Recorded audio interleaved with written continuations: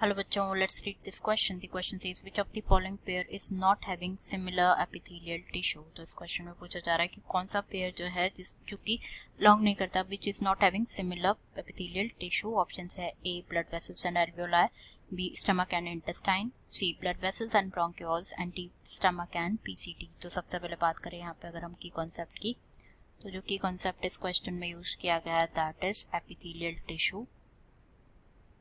Epithelial tissue. तो epithelial tissues की अगर हम बात करें तो ये टिश्यूज मेनली टू टाइप्स के होता है, that is simple epithelium and compound epithelium.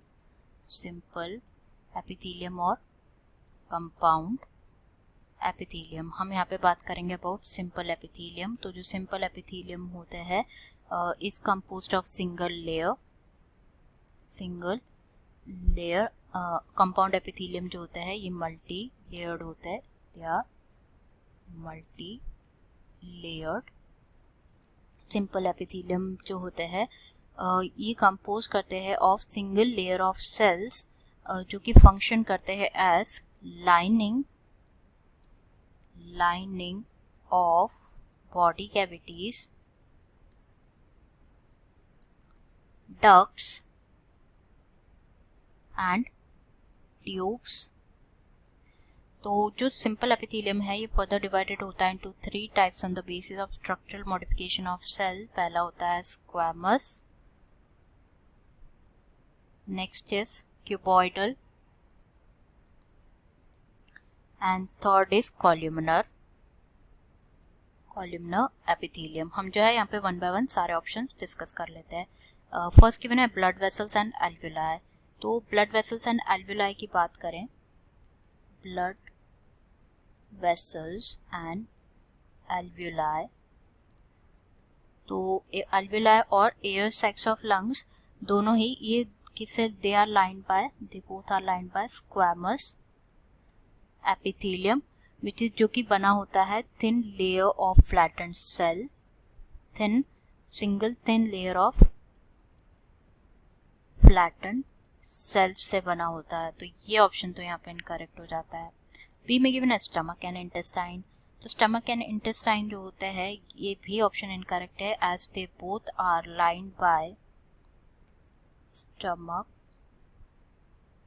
And intestine. they both are lined by columnar epithelium. And जो columnar epithelium होता है ये कंपोज होता है of a single layer of tall and slender cells. And अगर हम बात करें फंक्शन की तो बेसिकली होता क्या है, जो कॉलमनर एपिथेलियम की जो फ्री सरफेस होते हैं वहाँ पे माइक्रोविलाई प्रेजेंट होते हैं, दे प्रेजेंट होता है in the lining of stomach and intestine and help करते हैं in the secretion and absorption में हेल्प करते हैं. तो ये ऑप्शन भी इनकरेक्ट हो जाता है, दोनों में ही सिमिलर एपिथेलियल टिश्यू होते हैं. सी में गिवन है blood vessels and bronchioles. Blood vessels की पहले बात करें अगर हम, तो जो ब्लड वेसल्स होते हैं it is lined by squamous epithelium, while जो ब्रोंकियोल्स होते हैं they are lined by ciliated epithelium.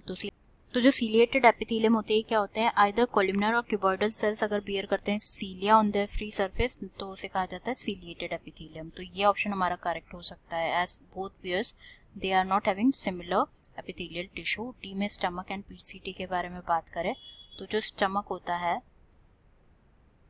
Stomach is lined by columnar epithelium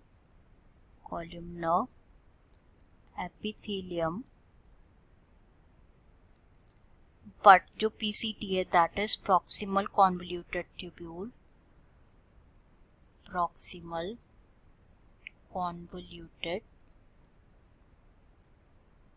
tubule जो है ये लाइंड होते हैं बाय क्यूबॉइडल एपिथेलियम